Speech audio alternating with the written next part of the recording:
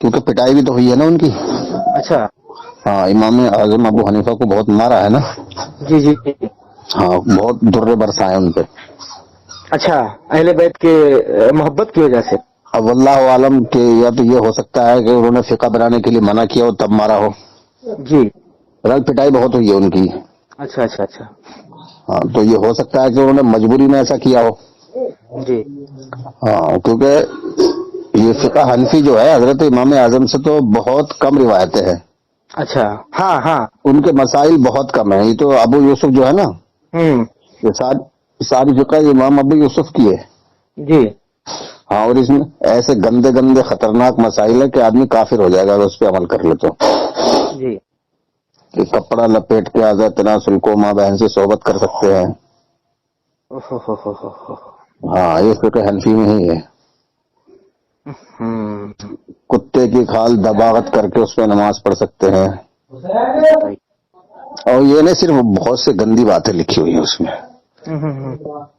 جیسے احمد رضا بھی تو فقہ حنفی کو فالو کرتا تھا. ہاں وہ تو لگ بھگ اس نے بھی لکھوایا کہ اصل اشیاء میں طہارت ہے. جی. لہذا جو اربع عناصر ہے یہ ہوا سے بنتے ہیں غذا زمین سے اور غذا سے بنتا ہے خون. جی. خون سے بنتا ہے منی. جی. تو اصل اشیاء میں طہارت ہے اس لیے سور پاک ہے. استغفر اللہ. ہاں فتاوی رضویہ میں لکھا ہوا ہے نا. اور کتے کے بارے میں لکھا ہے اس نے کہ کتے کو ذبح کر کے اس کا گوشت بیچنا جائز ہے. تو یہ سب فقہ حنفی ہے. نہیں تو ہم اسی پہ تھوڑا الجھے ہوئے تھے کہ کسی ٹائم قاری صاحب سے جو ہے اطمینان سے اس پہ بات کیا جائے کہ اگر یہ روایت جعلی ہے یا ورجنل ہے. اگر یہ روایت جعلی ڈالا گیا ہے کہ مطلب لوگوں میں ہمارا جو ہے پکڑ ہو جائے اور لوگوں کو یقین ہو جائے کہ ہم جو ہے ہمارا جو فقہ ہے یا ہمارا جو مسلک ہے وہ مسلک امام اعظم ابو حنیفہ مسلک امام جعفر صادق ہی ہے. یا پھر اگر ایسا نہیں ہے تو دونوں میں سے سچائی کیا ہے؟ دو چیزیں حضرت، ڈر اور لالچ. ہو سکتا ہے یا تو ڈر کی وجہ سے انہوں نے فقہ بنائی ہو جی، یا پھر لالچ کی وجہ سے فقہ بنائی ہو. ورنہ آل رسول کے ہوتے ہوئے اور استاد کے ہوتے ہوئے امام کے ہوتے ہوئے شاگرد کیسے کر سکتا ہے؟ شاگرد کیسے کر سکتا ہے؟ تو یہ ڈر اور لالچ. اور ایک چیز پہ اور جو ہے گفتگو کرنا تھا آپ سے کہ جو ہے جیسے کہ آپ نے جو امام بخاری اور امام مسلم پہ مسئلہ آپ نے جو اٹھایا تو اس پہ کوئی نام سید سہیل میاں صاحب آپ سے بات کر رہے تھے شاید، تو اس جو ہے ریکارڈنگ کو بھی ہم نے سنا. تو آپ لوگوں کے گفتگو میں ایک چیز مجھے ملا تو ہم نے کہا اگر فرصت ملا تو کبھی قاری صاحب سے اس پہ جو ہے چرچا کریں گے. مسئلہ یہ کہ جیسے کہ آپ کہہ رہے ہیں کہ یا ڈر کی وجہ سے یا لالچ کی وجہ سے یا کوئی بھی بنا رہا ہو ان کا، تو اس زمانے میں جب یہ حدیث لکھا گیا تھا، جو بھی حدیث لکھا گیا ہے یہ شاید بنو امیہ کے زمانے میں لکھا گیا ہے یا بنو عباسیہ کے دور میں لکھا گیا ہے؟ دیکھیے معاویہ کے دور میں بہت حدیثیں گھڑی گئی ہیں. ہاں. اور جھوٹی حدیث، جو جتنا جھوٹ بولتا تھا اس کو اتنی زیادہ وہ ملتے تھے ریال. نہیں ہم وہی کہنا چاہ رہے ہیں آپ سے. سوال جو ہے ہم کو جو سوال کیا ہے، مطلب ایک مسئلہ ہے ہمارا کہ جو ہے وہ حل ہو جائے ذرا. تو جیسے کہ وہاں جب وہ حدیث لینے کے لیے گئے تو وہ دور بھی ذرا بڑا پرفتن دور تھا جی، اور نازک دور تھا کہ جو ہے جو اہل بیت سے ملنے کے لیے جاتے تھے یا جو اماموں سے کوئی مسئلہ مسائل پوچھنے کے لیے جاتے تھے تو لوگ سپاہی جو زمانے کے تھے یعنی حکومت کے جو سپاہی تھے اس کو قید کر لیا کرتے تھے، ملنے نہیں دیتے اماموں سے.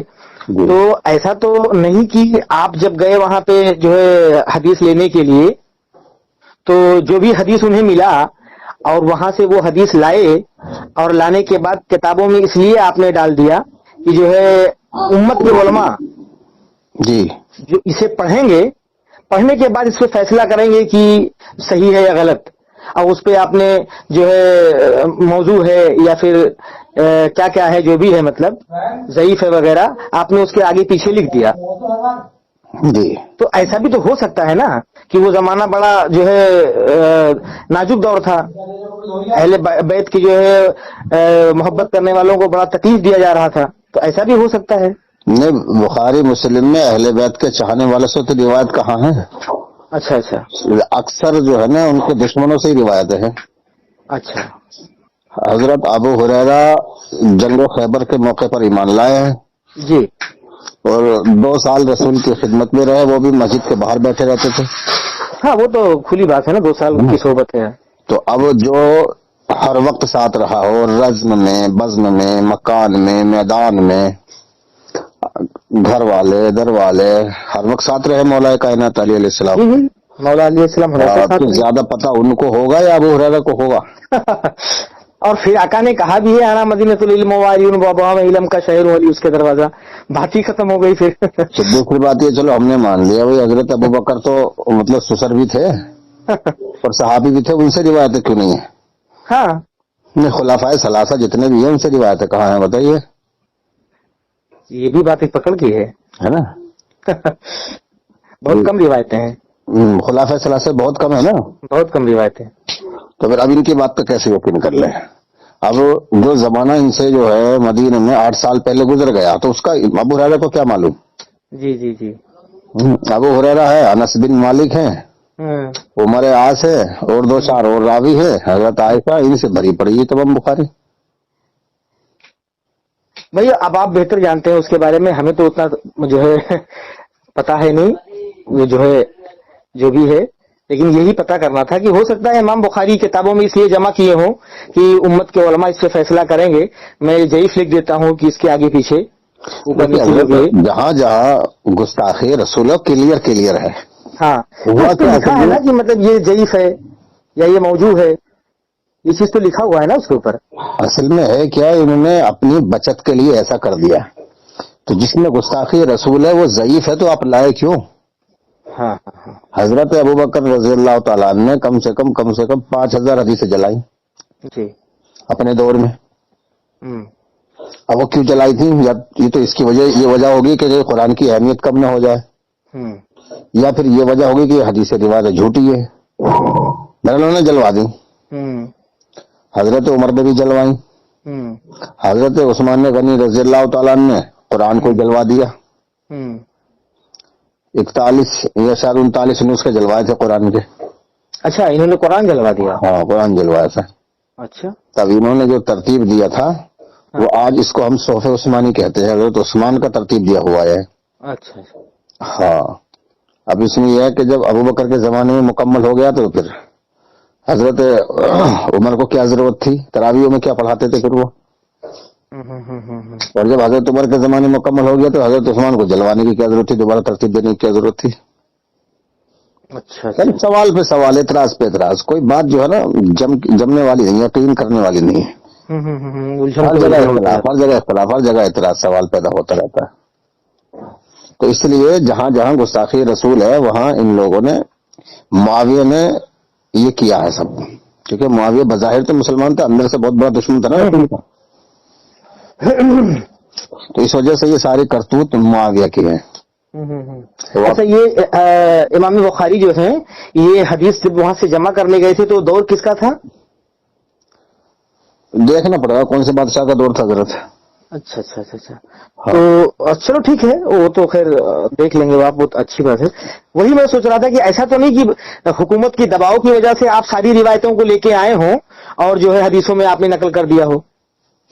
بس صرف اتنا کہنا تھا آپ سے. حضرت امام اعظم نے بھی تو 4000 حدیثیں جلوائی تھی. اچھا. ہاں ان کے دور میں جلائی تھی. ہر زمانے میں حدیثیں جلتی آئی ہیں. مطلب یہ ہے کہ یہ روایتیں جھوٹی ہیں، جلاتے جلاتے کم کرتے کرتے کرتے کرتے یہ ہم تک پہنچ رہی. آج ہم اس نتیجے پر ہیں کہ کوئی بھی روایت کو بغیر تحقیق کے قبول نہیں کر سکتے. جی. تو اس لیے بغیر تحقیق کے قبول کرنا مہا بے وقوفی ہے. اب یہی دیکھیے کہ اہل بیت اور جو ہے اماموں سے بہت کم روایتیں لی گئی ہے جو ہے کتابوں میں. ائمہ اطہار سے بہت کم ہے، خلفائے ثلاثہ سے بہت کم ہے، حضرت بلال سے بہت کم ہے.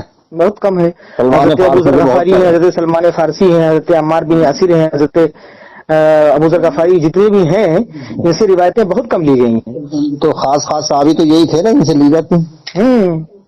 جو والسابقون الاولون میں ہیں ان سے لی جاتی، مکے میں بھی تھے اور مدینے میں بھی تھے. بہت کم روایتیں ان سے ہیں اور دیگر صحابہ سے بہت ساری روایتیں ہیں. ہاں تو اس لیے بھیا یہ مشکوک ہے، بخاری مخلوط ہے. چلیے بس اتنا ہی بات کرنا تھا آپ سے. اچھا